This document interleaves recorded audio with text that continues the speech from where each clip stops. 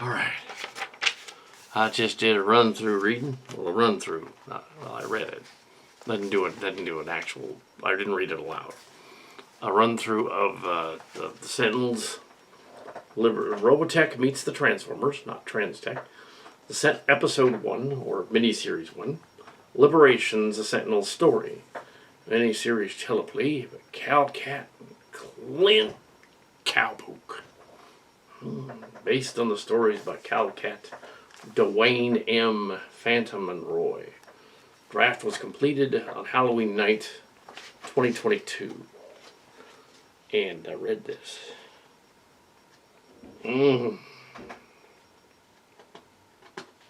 Which is 144 pages long. 30 minutes longer by TV standards than Transtech 1 Season 1. All three of them are that long.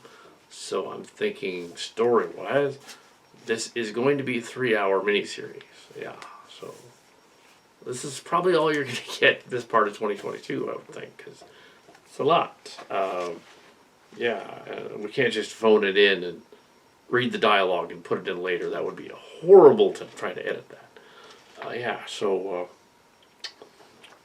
But the story is based on what was left of the Lexicons saga, the Transformers Lexicons, and Transformers Lexicons website. We had 20-some episodes. Each one of these is some of them that were left over that we originally didn't want to use for Lexicons. This would be Lexicon Season 2, basically. We reworked it as Robotech the Sentinels thing because during Lexicons, the Harmony Gold people said, oh, well, that copyright that we were holding on to for over 30 years, well, why are we holding on to that? Let's just give the movie rights to Sony, and let's just give Studio New and Reba West and all those other ones, Big West and all that, back their copyrights so they can release Robotech. Why are we keeping it? We don't do anything with it. So they did. So that means fan films can do more Robotech 2. We're not going to make any money at all. Fan film. This is very ambitious. And, yeah. It's the Sentinels, but it's not the McKinney version of the Sentinels. We chose stories for book 1, 2, and 3 that were similar to them, that had a similar plot. Those books, the Sentinels, Death Dance, the Sentinel, the Rubicon, and all that other story. There's sort of stories that were a similar plot, and put them together in this one. This one is the Tyrol Adventures, the Adventures of Planet Tyrol, because these stories that were collected into this and merged into Robotech, or they were Transformer stories, they seemed the most appropriate for that.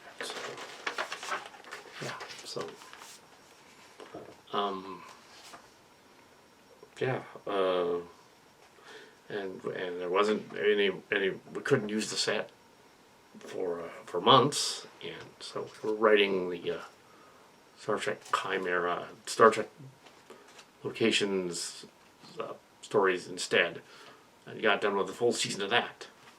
So we're backlogged with we're gonna get to the set, do the Robotech thing now, because that's the next thing. And now it's been so long that the Picard show is starting next week, season 3. But it doesn't, so we're doing the Robotech thing while they're doing Star Trek. We're not beholden to CBS Paramount, of course. We're not. Or Hasbro doing, they premiered Earthspark, their latest series as well. And Rise of the Beast is coming in June. Thinking this is coming in June too, with the rate we're going. So yeah, this is the Transformers in it seem like Rodimus and Hot Rod and Magnus and Prime and Optimus Prime and Megatron a little bit, but also because these were fans writing Transformer stories, and we added the Robotech people in the roles of some of the Transformers.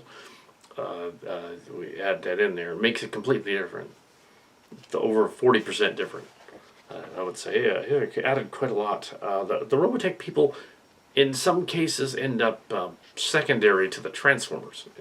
The story of Optimal Zor, the Zor Lord, and the Invid Regent That's the main struct of this.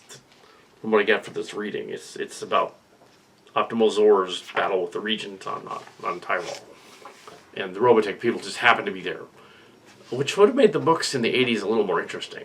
They're like, okay, well, we're not actually gonna have them involved in everything. It's gonna be about the secondary characters, but they pop in now and then and talk to them and stuff. And it's interesting and different. I kind of like that. Sure. Yeah, it's there's the Regis pops in. Apparently the in this universe the it's a multiverse, clearly the Transformers multiverse and the Robotech multiverse combined and then split off and combined again during the time of Transformers meets Robotech, and then Space Bridge later on. It has something to do with Space Bridge. and later on, so, and the Children of the Shadow Return. Stuff that the Tommy Reunion people didn't want to do, we did. Because we figured we could do a fan film about that. Sure, why not? Some people said, oh, you do Remember Love. And we said, we can't do that. We wouldn't do it justice. But the Sentinels, we totally could do that, because the way they structured the Sentinels stories, they were vignettes anyway. So the vignette story easily swapped out for these Transformer stories and thrown in there and melded together into this awesome miniseries that is going to blow minds everywhere. And we have an awesome SDF3 model. It is freaking cool.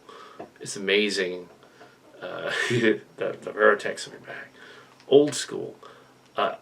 Kind of out of necessity, because they didn't make any, or they didn't make very good ones. Legos fighters from, it should be battle tanks, and they did very few of battle tanks. And the Legos fighters, which come later in new generation, all of the toys for those sucked. It's like the knockoff ones by June and Legos and the others years ago, in the 80s, those were actually the best ones. And when they re-released them as masterpiece editions in the 2000s, they were terrible. They were like museum pieces that somebody commented on one of them. We had one.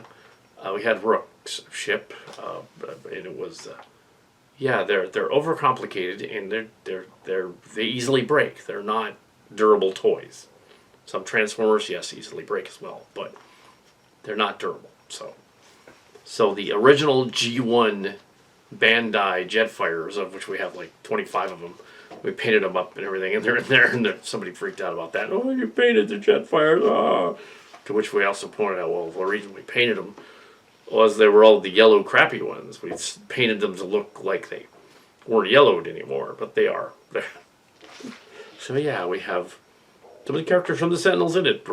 Jack Baker, Karen Penn, which has an entirely different meaning now, because we have the Karen expression. It happened to be about a year after, in the Sentinels Robotech timeline, in which Rick Hunter marries Lisa Hayes. So it's they're late getting started on their space mission, and they wouldn't leave immediately after the wedding, like in the other universe. So they didn't. They left a year later. So with a new ship. The end of Shared Hallucinations, they destroyed all the SDF ships. They had to rebuild them. The SDF-3A is the ship in this story. The new ship that they had to rebuild from scratch. So that took a year and a half or more, because that was 2 years ago in the timeline. And so it's essentially Ciudad de Fuego rebuilt into the SDF-3A.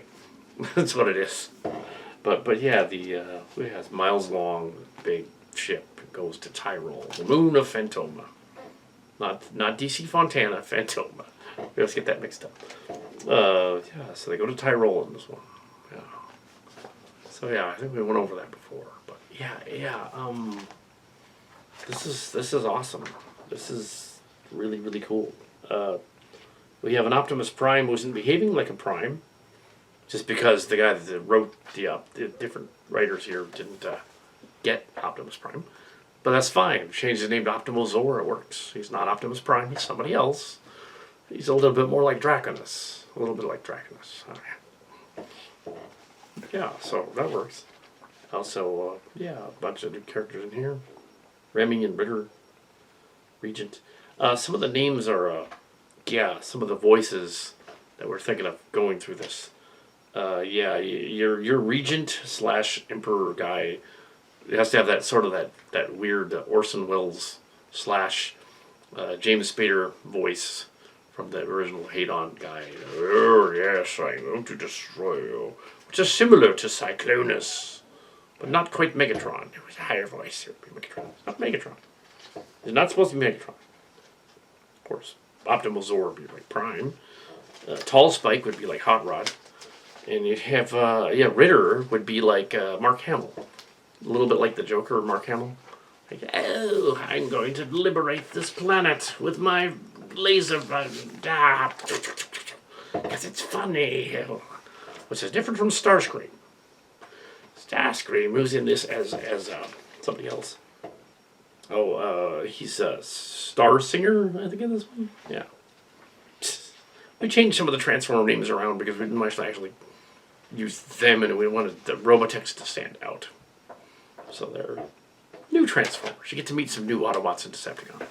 See, what happened in this universe, I take it from the script, is that because the Transformers multiverse bled into Robotech decades earlier, it changed the timeline so that from Space Bridge on, when they visit 2018 and the other timeline, from then on, 2016 and then 2016, from then on, the Robotech timeline had been altered so that the Rick Hunter and Max and Miria and everybody this is not exactly the one from Robotech. Closer, ironically, to the one from the Japanese version, the Macross people. So the Do You Remember Love elements in there is there, but it's in a different way. Yeah, and also in the part 2 and 3, we used some of those T.L. Aaron scripts, but took out all the violent, bad guy stuff. There's some of it still in there, but it's still PG-13. It's still, yeah. We didn't want to make it didn't want to get kicked off YouTube for making a fan film with action figures that were actually violent.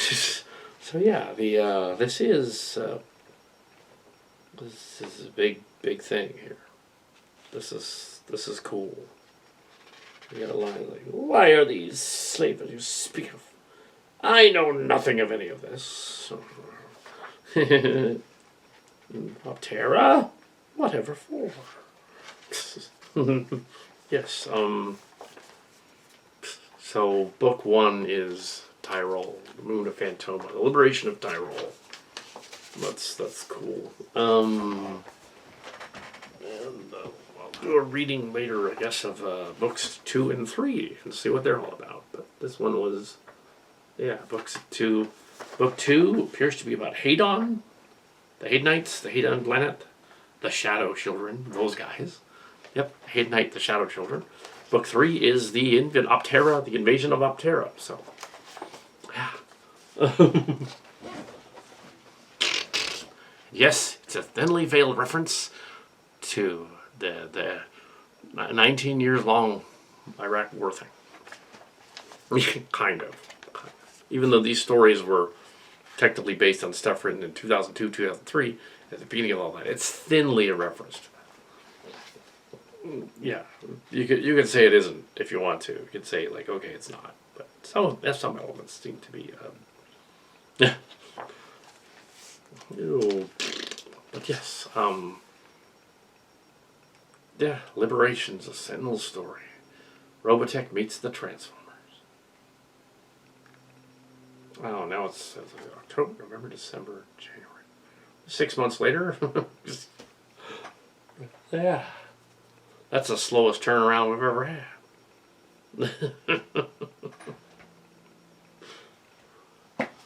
Yeah, so it begins.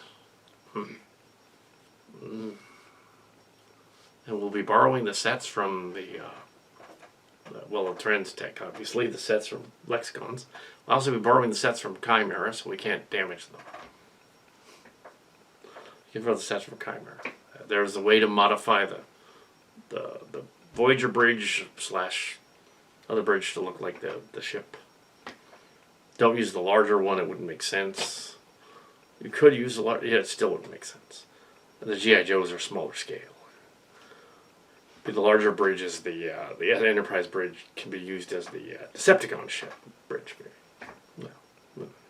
And the bioship's in it, but it doesn't do much. Just so you know, it doesn't do much. It's mainly the characters on the planet trying to liberate it, which is different. It's a different idea. But it had to be different from the McKinney books because we couldn't copy those directly. Yeah, so it is different. It's short stories from lexicons, reworked as a Robotech with meets the Transformers. Yeah.